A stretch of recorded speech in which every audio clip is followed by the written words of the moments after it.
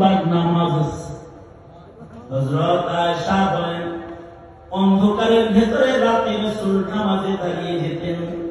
কখনো এক এক রাকাতে 3 পারা 4 পারা কোরআন নবী তেলাওয়াত করতেন। কখনো কখনো আল্লাহর রাসূল এই অন্ধকার ঘরের ভিতরে সিজদা দিয়ে কাঁদতেন। নবীর চোখের পানিতে জানাত মুসাল্লা ভিজা যেত। ঘুমন্ত অবস্থায় আমার হাত ভিজা বিছানায় পড়লে ভাবতাম মশকের পানি পড়েছে, কিন্তু খেয়াল করে দেখি নবীজি সিজদারত কাঁদতেছে, এগুলো নবীর চোখের পানি। কান মুখের কাছে নিলে আওয়াজ পাওয়া যেত আল্লাহর রাসূল উম্মতি উম্মতি বলে সারা কাঁদতেছে। কখনো কখনো উম্মতের নাজাতের জন্য আল্লাহর রাসূল এত লম্বা সিজদা দিতেন। ঘরের ভেতরে এত লম্বা সিজদায় নবীজি পড়ে থাকতেন। হযরত আয়েশা বলেন, আমার ভয় হইত না জানি সিজদারত আল্লাহর রাসূল ইন্তেকাল করেছেন। আমি পরীক্ষা করার জন্য নবীজির পায়ের আঙ্গুলি ধরে নড়াচড়া দিলে নবীজি পা শক্ত করে ধরতেন। তখন আমি বুঝতাম নবীজি বেঁচে আছেন, কিন্তু লম্বা সিজদা দিয়ে নবীজি উম্মতের জন্য সারা রাত কেঁদেছেন। সারা রাত ঘরের ভেতরে সিজদা দিয়েছেন, লম্বা সময় ঘরে নামাজ পড়েছেন।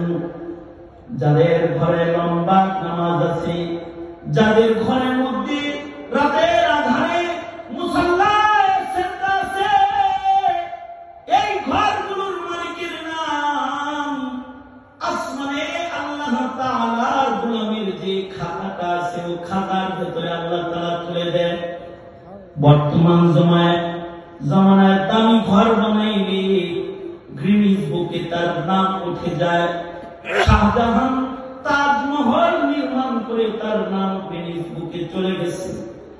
আল্লাহর একটা গ্রিনিজ বুক আছে, যেটা বান্দার নির্বাচিত নামের বুক। ওই বুকের মধ্যে কিছু গোলামের নাম মহান আল্লাহ নিজের কুদরতি কলম দিয়া নিজের কিছু গোলামের নাম লেখে। যে বুকটার নাম ইবাদুর রহমান, যে বইয়ের নাম রহমানের গোলামের খাতা।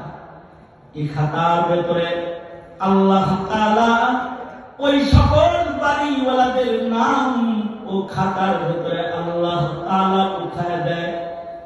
ওয়াল্লাযীনা ইয়াবীতুনা লিরাব্বিহিম সুজদান ওয়া কিয়ামা, যারা তাদের ঘরের জিন্দেগিতে রাতের বেলা নামাজ পড়ে, সিজদা করে, ঘরের ভেতরে আল্লাহকে ডাকাডাকি করে।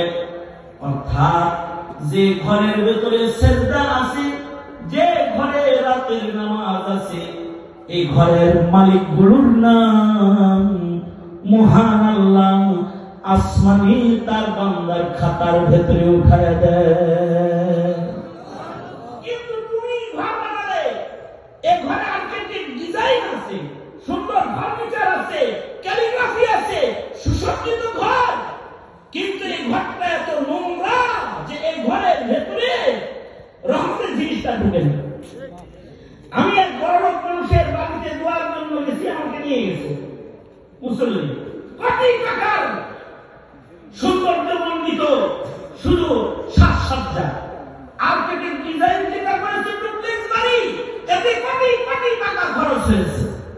আমাকে নিয়ে বলে, হুজুর ঘরটা কেমন হলো? আমি বললাম মারাত্মক হয়েছে, আল্লাহ যেন এই ঘরের মধ্যে আপনার মৃত্যু না দেয়। কোন কি হুজুর? কোনো মসজিদ বললে ভালো, কারণ